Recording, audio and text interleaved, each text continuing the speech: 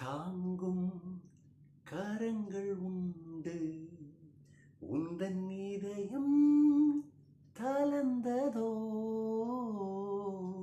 வாக்கு மாறாதே இயேசு, உன்னை காக்க வல்லவரே, வாக்கு மாறாதே இயேசு, உன்னை காக்க வல்லவரே, தாங்கும் கரங்கள் உண்டு, உந்தன் இதயம் தளர்ந்ததோ, வாக்கு மாறாதே இயேசு, உன்னை காக்க வல்லவரே, வாக்கு மாறாதே இயேசு, உன்னை காக்க வல்லவரே. பாரம் பெரியதோ, மன ஆறுதல் இல்லையோ, பாரம் வலியதோ, மன ஆறுதல் இல்லையோ, தூரமோ ஒத்தாசையோ, தாங்கும் கரங்கள் உண்டு, உந்தன் இதயம் தளர்ந்ததோ, வாக்கு மாறாதே இயேசு, உன்னை காக்க வல்லவரே, வாக்கு மாறாதே இயேசு, உன்னை காக்க வல்லவரே. ஆமென். நீர் எங்களை காக்க வல்லவர். இன்றைக்கு இந்த காலவெளியில் உடைஞ்சு போய் நம்பிக்கை இல்லாம இருக்கிற இருதயங்கள் உண்டு. இப்பொழுது இந்த காலவெளியில் அவர்களையும் தாங்கி நடத்துகிற கரம் உண்டு என்று சொல்லி அறிந்து கொள்ள, புரிந்து கொள்ள கிருபை பாராட்டும். அவங்களுடைய மனக்கண்களை தரங்கப்பா. உம்மால் எல்லாம் கூடும் என்பதை நம்ப கிருபை செய்யுங்க.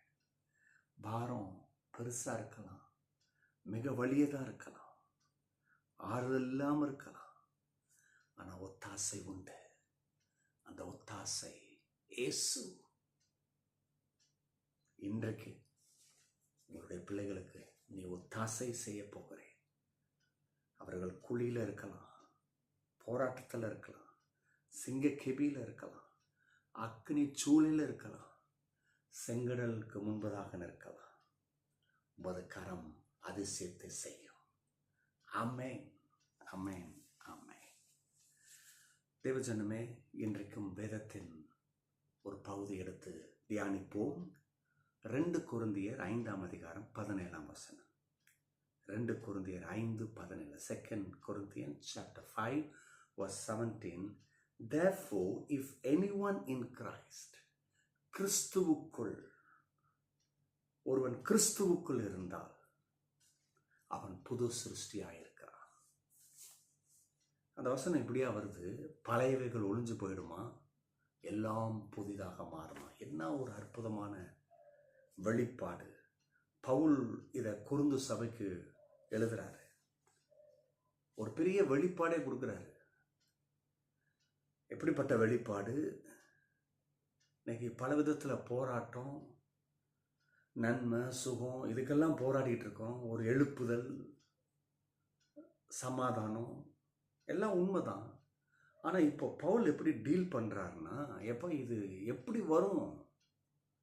அநேகர் நினச்சிக்கிட்டு இருக்கிறாங்க, இப்படி செஞ்சா அப்படி செஞ்சா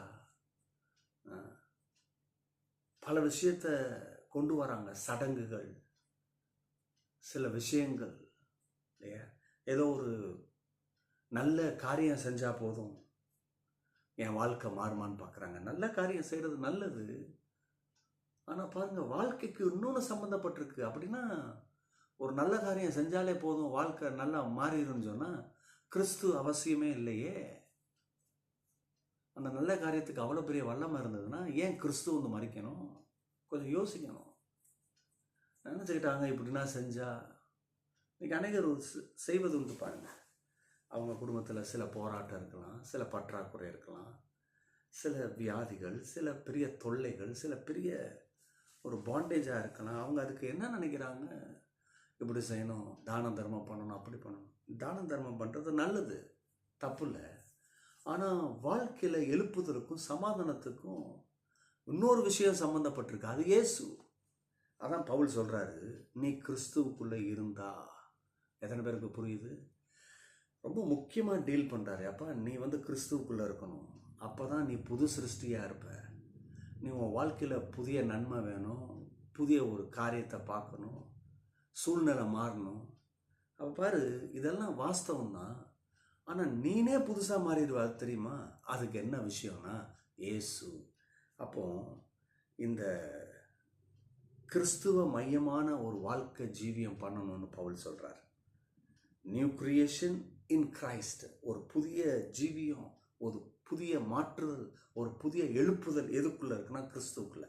இந்த கிறிஸ்துவுக்குள்ளன்னு சொல்கிறோமோ, இது எப்படி, எந்த விதத்தில் அதை புரிஞ்சு கொள்வது? கிறிஸ்துவுக்குள்ளன்னு என்ன? நான் தான் ஞானஸ்தானம் எடுத்துட்டேன், இயேசு வேணும்னு வந்துட்டேன், கிறிஸ்தவனாக மாறிட்டேன். அப்போ கிறிஸ்துவுக்குள்ள இன்னும் வேறு என்ன தான் செய்யணும்? நல்லா கவனிங்க, ஞானஸ்தானத்துக்கே முக்கியம் இது இருந்தால் தான் ஞானஸ்தானம். ஆனால் இன்றைக்கி என்ன ஆகிட்டு, தண்ணியில் முங்கி எந்திரிச்சா முடிஞ்சிச்சுன்னு நினைக்கிறீங்க? இல்லை, இந்த கிறிஸ்துவுக்குள் இருந்தால்ன்றத பவுல் அதை எப்படி விளக்குறாரு, அதை எப்படி வெளிப்பாடாக காமிக்கிறாரு.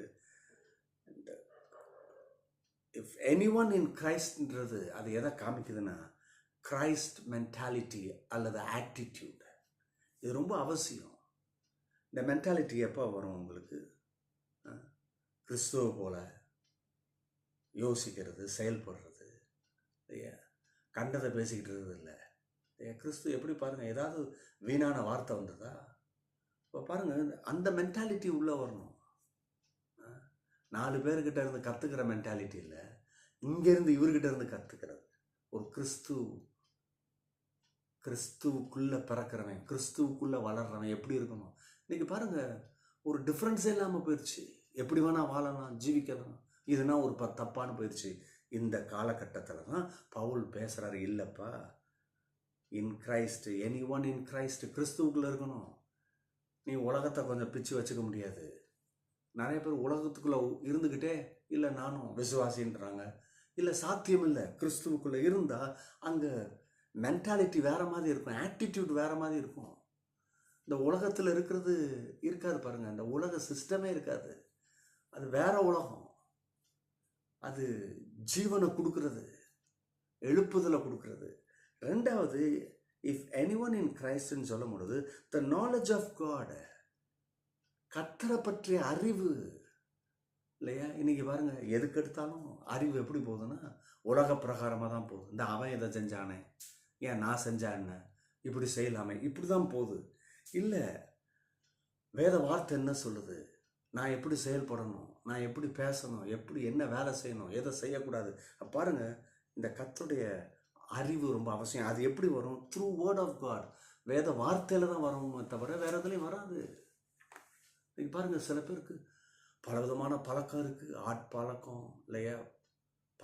நிறைய எக்ஸ்பீரியன்ஸ் பீப்புளுடையது இப்படி தான் பேசிக்கிட்டு இருக்கிறாங்க. அப்படி பேசி பேசி அவங்க தங்களுடைய வாழ்க்கையில் கொண்டு வராங்க. ஆனால் நல்லா கவனிச்சிங்கன்னா அதை ஒரு பெரிய ஒரு போர்ட்ரேட்டே பண்ணி பார்ப்பீங்கன்னா, ஒரு ஆல்பம் மாதிரி அதை பார்ப்பீங்கன்னு சொன்னால் பல இடங்களில் ஆங்காங்கே தோல்வியை தான் பார்க்க முடியும். ஏன்னா ஒரு மனுஷனுடைய வாழ்க்கையில் ஆசீர்வாதமும் எழுப்புதலும் எங்கே வருது? தேவ அறிவில் நிரம்பணும், தேவ வார்த்தை எடுக்கணும், தேவ வார்த்தையில் சம்பாஷிக்கணும், அங்கே தான் உண்டாகுது. நான் சொல்கிறது வழங்குதா? கடைசியாக இஃப் எனி ஒன் இன் கிரைஸ்ட்னு சொல்லும் போது அது எதை காமிக்குதுன்னா knowing the will of God, கடவுளுடைய சித்தத்தை அறிந்து செயல்படுவது. அதிலிருந்து எக்ஸ்ட்ரா செய்யணும்னு அவசியமே இல்லை. எது கர்த்தருடைய சித்தமோ அதை மட்டும் செஞ்சால் போதும். அப்போ பாருங்கள், இது அறியணும். கர்த்தர் யார், நான் யார், எதுக்கு என்ன கர்த்தர் வச்சுருக்காரு, என்ன பர்பஸ், நல்லா கவனிங்க. அதை தான் யோசிப்பு அறிஞ்சு வச்சுருந்தாரு, கடவுளுடைய சித்தத்தை அறிஞ்சு வச்சுருந்தாரு. அந்த சித்தத்தை அறிஞ்சனால தான் அவர் ட்ராவல் பண்ணும்போது, குழிக்குள்ளே போடும்போது அவர் கர்த்தரை வெறுக்கலை, இஸ்மவேல்கிட்ட விற்கும் போது வெறுக்கலை, உபத்திரத்துக்கு மேலே உபத்திரம் வருதுங்க. ஆனால் பாருங்க, கடவுளுடைய சித்தத்தை பார்த்துட்டான். இல்லை, இதுக்குள்ள எனக்கு வழி இருக்கு. ஏதோ ஒரு விஷயத்துக்கு கர்த்தர் என்னை நடத்துறாரு.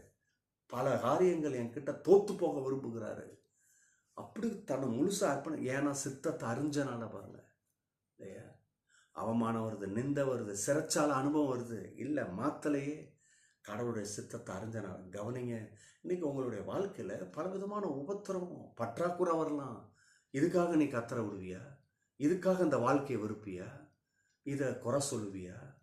இப்படி ஒன்று வாழணும்னு சொல்லுவியா? இப்போ கொஞ்சம் யோசித்து பாருங்க. இல்லை, நமக்கு சில விஷயம் புரியலைங்க. அவர் சில விஷயம் அறிஞ்சு வச்சிருக்கிறாரு. சில நேரங்களில் கடினமான பாதை இருக்க தான் செய்யும். ஆனால் நீ சித்தத்தை அறிஞ்சிட்ட, அந்த கடினமான பாதைக்குள்ள அவருடைய பிரசன்னத்தை பார்க்க முடியும். அவர் நடத்துறதை பார்க்க முடியும். இன்னைக்கு அநேக கடினமான பாதையை வெறுக்கிறாங்க, புலம்புறாங்க, கசக்குறாங்க. இதனால கர்த்தருடைய சித்தத்தை செய்ய முடியாமல் போகுது. இந்த காலை வேளையில இஃப் எனி ஒன் இன் கிரைஸ்ட்னா இவ்வளோ அர்த்தம் இருக்கு. நீங்கள் கிறிஸ்துவுக்குள்ளே இருந்தீங்கன்னா நீங்கள் புது சிருஷ்டியாக மாறுவீங்க. தயவு செய்து சோத்திரம் போடு, கர்த்தரை நேசி, ஆராதனை பண்ணு. நான் சொல்கிறேன், உன் பழையவைகள், பல ஜீவியம், தோல்வி, பற்றாக்குறை அது ஒளிஞ்சு போகும். புதிய நன்மைகள், வெற்றி உண்டாகும். God bless you.